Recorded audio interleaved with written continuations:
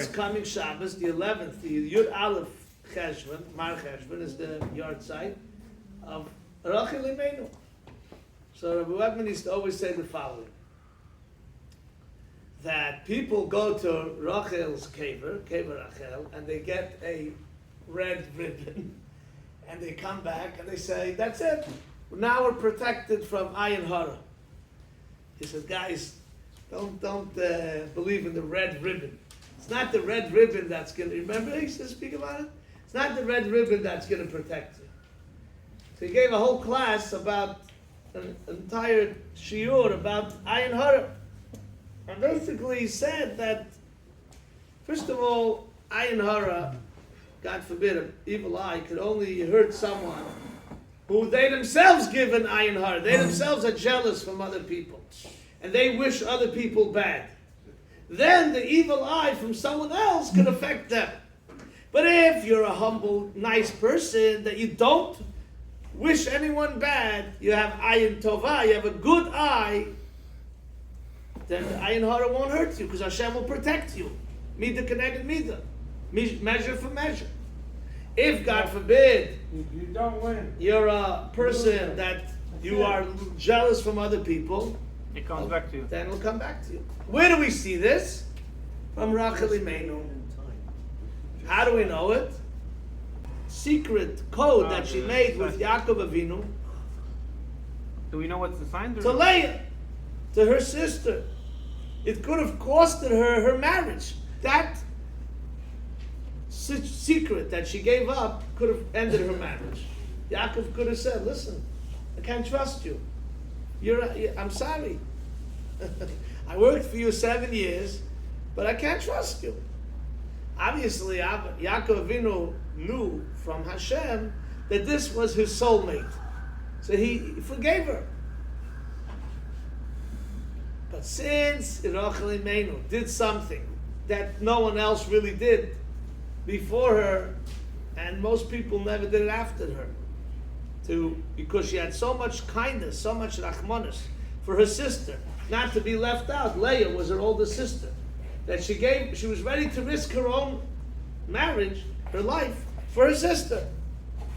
So she was the total opposite of an ayin hara. Ayin hara is stinginess, being jealous from other people, wishing other people, envying other people. And she was the opposite. She did just the opposite. She was generous, she was kind.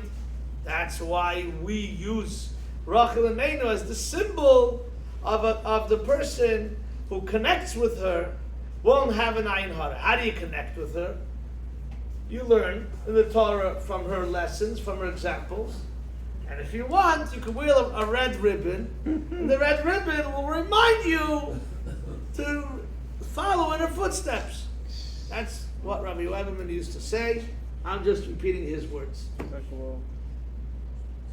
It does say in certain svarim that there is something about the red, color red has that attracts or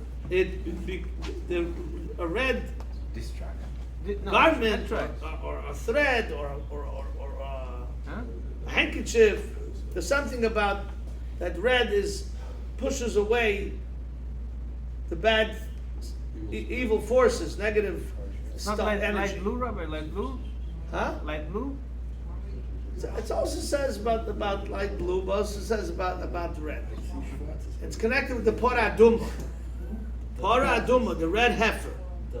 The Torah says clearly that you should take a telas shani.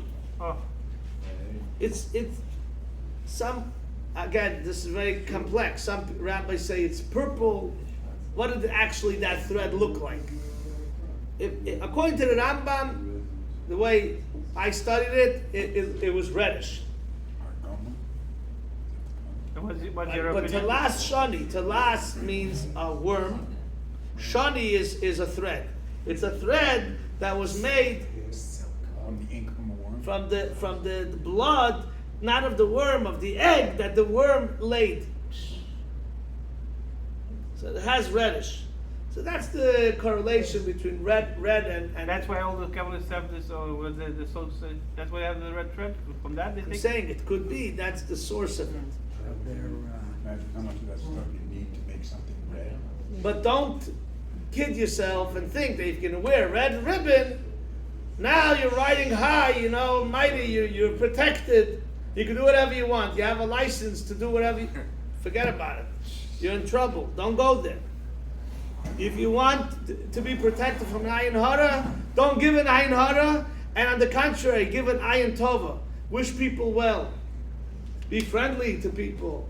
Do kindness to people. Daven for them. They should be blessed. Include them in your blessings, etc.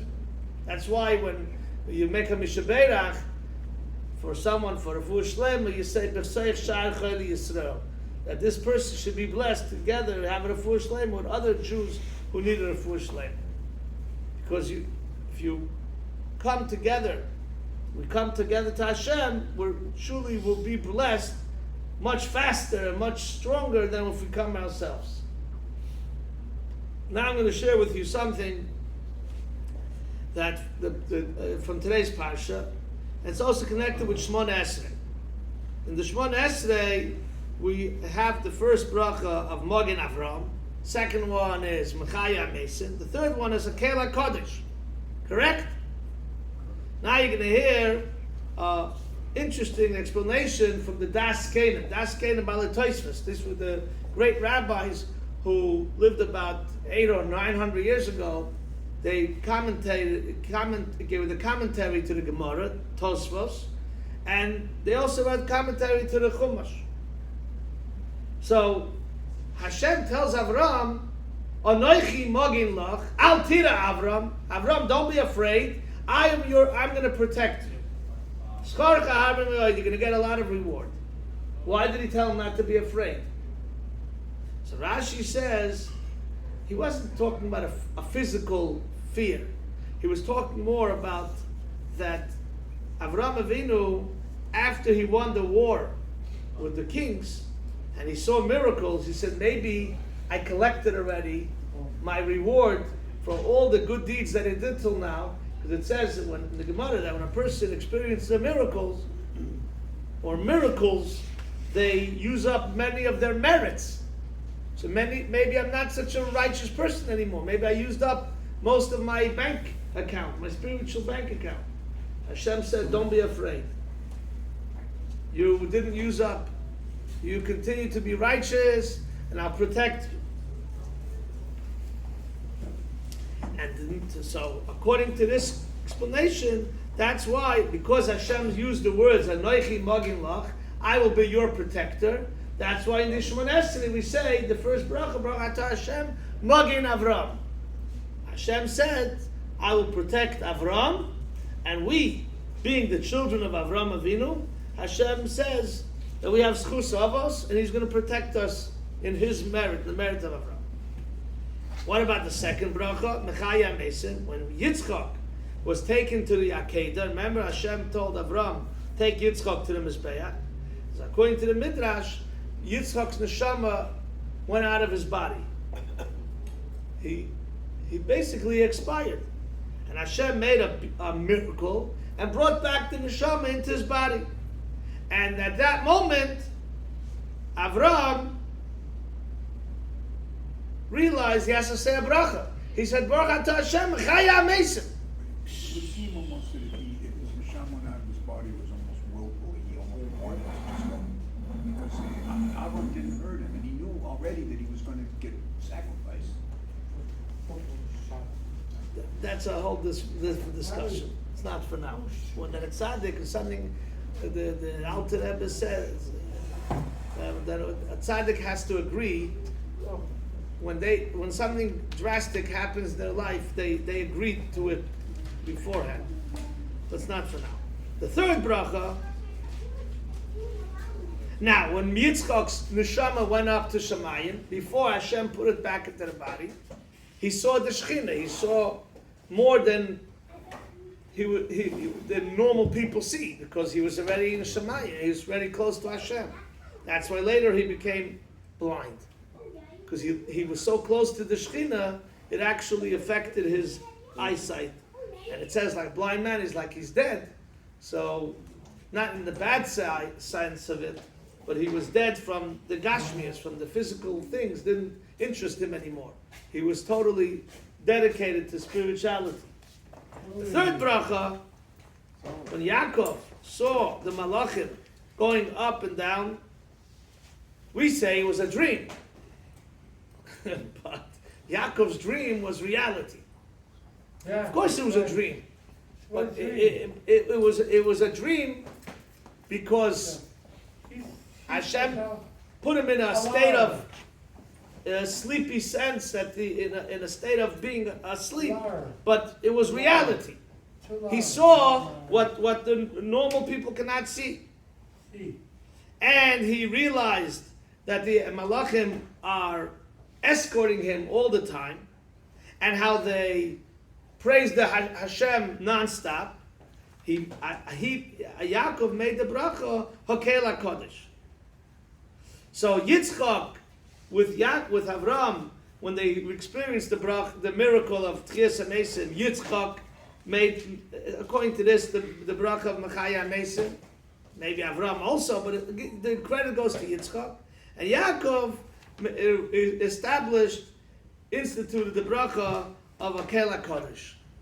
And there's other references in Ata Kodesh and Shimcha Kodesh that you see it's connected with Yaakov Avinu because he's part of the Merkava, Hashem's chariot, and in the Kedusha talks about the chariot, the Malachim.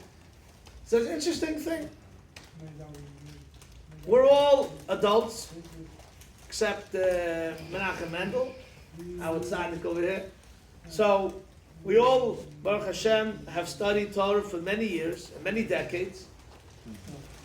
And for me, I find it amazing that you can come to a class, to a Torah class, between Mincha and Arvit on a regular weekday, and learn something new that we didn't know before. Rabbi Akiva started when he was 40, and some people start at any age.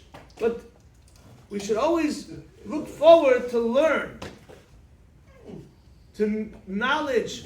One of the most important things is to always be excited. I want to learn something new. Teach me something new. Mikol Malamda Yiskalti, from every person you can learn something new. How? If you share it with each other. If we're going to be quiet and don't communicate much Torah, then we really can't learn much. Because it's difficult for one person to say he knows everything. There's very few people who know everything. Everything in the Torah. He covered every single thing. There are very few people like that. Most the people, every person knows something that the other person might have heard it and he forgot it, or he never heard it in the first place. So I find this shot here, this explanation, what I just shared with you from the Das Ken and Baal Tais, is fascinating. We say the 3 brachas every single day, 3 times a day, Shabbos 4 times a day, and the Musaf also. But no one really knows the origin, where it came from. We heard of Amog and Avram, but Machaya Mesim Hakel HaKodesh, that we learned tonight, and we thank Hashem that we have the opportunity to continue to learn His holy Torah. Right.